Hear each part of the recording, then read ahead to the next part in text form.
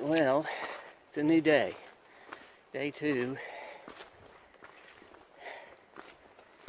I don't think I got this recording. I tried to. I got caught in a thunderstorm on Roan Knob.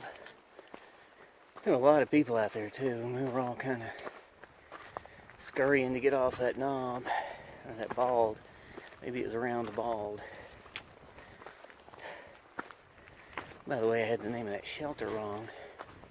It wasn't Partnership, it was Over Mountain Shelter, is the red barn. Looked like a pretty shelter from a distance. So I digress.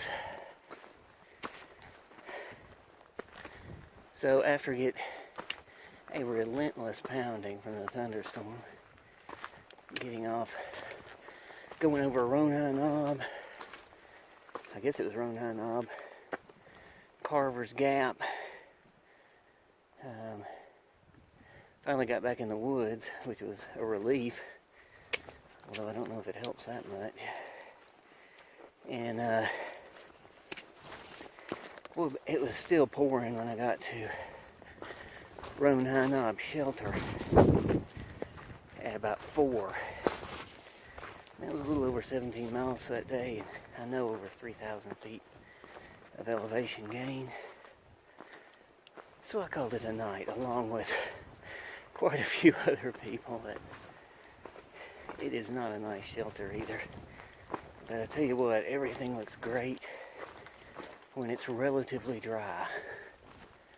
Even just drier.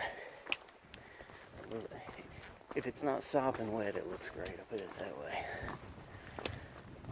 So I woke up with a headache because of the thunderstorm.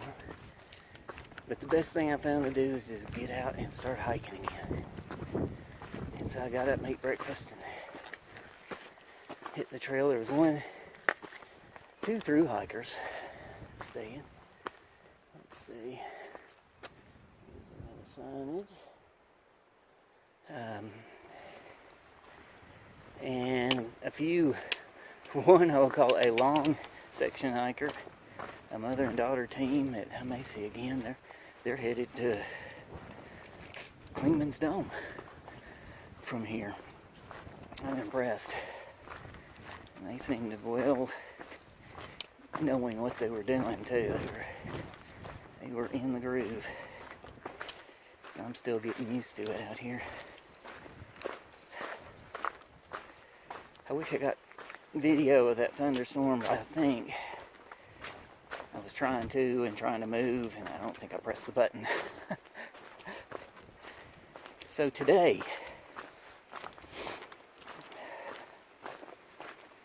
I'm gonna, I don't know, there's a shelter in about 17 or 18 miles. If it's still crappy wet. Everybody's been telling me, the through hikers, that it's rained every day. They've been out here as long as they can remember. So I'm kind of expecting the same. I'm going to, the shelter is my minimum at 17, 18 miles. That puts me into Irwin and a little visit to Uncle Johnny's. This is a Sunday, so that would put me in Uncle Johnny's on Monday, where I might seriously think about doing some laundry, or even getting a shuttle back to Hot Springs and calling it a shorter hike, if it's going to rain the rest of the time. I hate to limp out, but I just might do it. I was really thinking about that last night. I feel a little bit better today. I always do that when you're soaked and trying to, in a kind of a crappy shelter, wondering what you're doing here. It does feel better the next day once you get hiking again. You remember why you came out. But it's definitely a mental game to hiking. And I have, oh God. Well, I don't know if you can see my footprint, 3 inches into the mud already. But, my shoes were wet in the morning when I put them on, so no big loss. But yeah, the thru hikers are really tough as nails when they stick out this stuff just for relentless days on end. They seem to be, they do big miles, but I think they're more pragmatic about it too. Kind of like I was last night. When it's pouring down and there's a shelter, you stop if it's late in the afternoon. This section is kind of tough because I would like to do 20 a day, but if I skip this shelter, I will be tenting, and the next tent site's like at 20 or 24 miles. Just not sure if I'm up to that.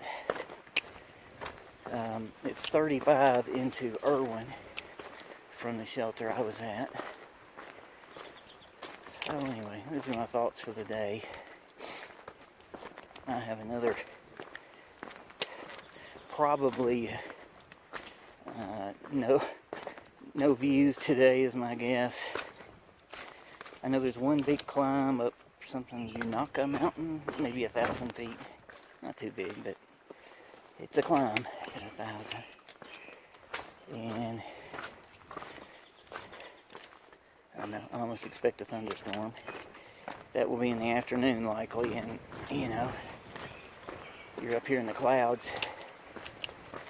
Summer thunderstorms happen almost every afternoon, I suppose.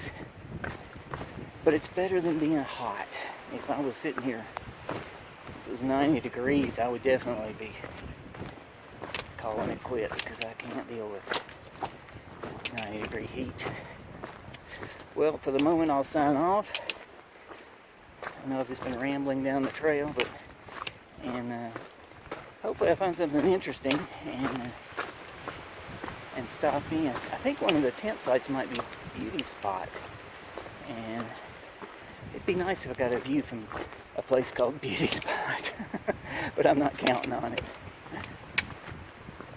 Well, as Pooh would say, ta-ta for now.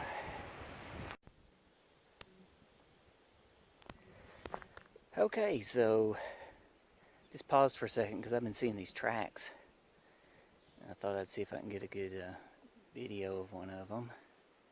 Don't know if this will, I guess I can't switch to the other mode. Let's see if I can get a good zoom in of this track, put my foot beside it. Hopefully you're seeing that with the claws up there and the toes and the heel. So the bears are out and they use the path. They use the AT too. So don't really want to meet him. But we'll see. I'll let you know if I do. Alright, just passed I think Hughes Gap back there. And thought I was rid of my bear. But boy, there's some nice specimen footprints here. I'm sorry for all the camera shaking. But I'm going to get this one. It's nice. I'm looking at that, the size of it, and the size of that one. I'm wondering if we've got mama and baby. I don't know enough about tracks to really tell you. But I'll be clicking my poles together a little bit and singing an off-tune song probably for a little while. Anyway, I'll let you know. So far, no sign of a bear other than prints. I haven't actually seen one. Check in later. So I'll show you the spectacular views from Little Rock Knob.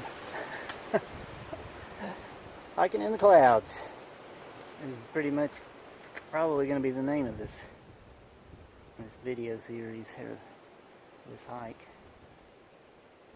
Oh, so I have to go down now and then have a 1,000-foot climb up over Unaka Mountain. So that's going to be fun. Then it's all downhill into Irwin. So I want to get over Unaka and figure out where I'm going to spend the night. Check in later.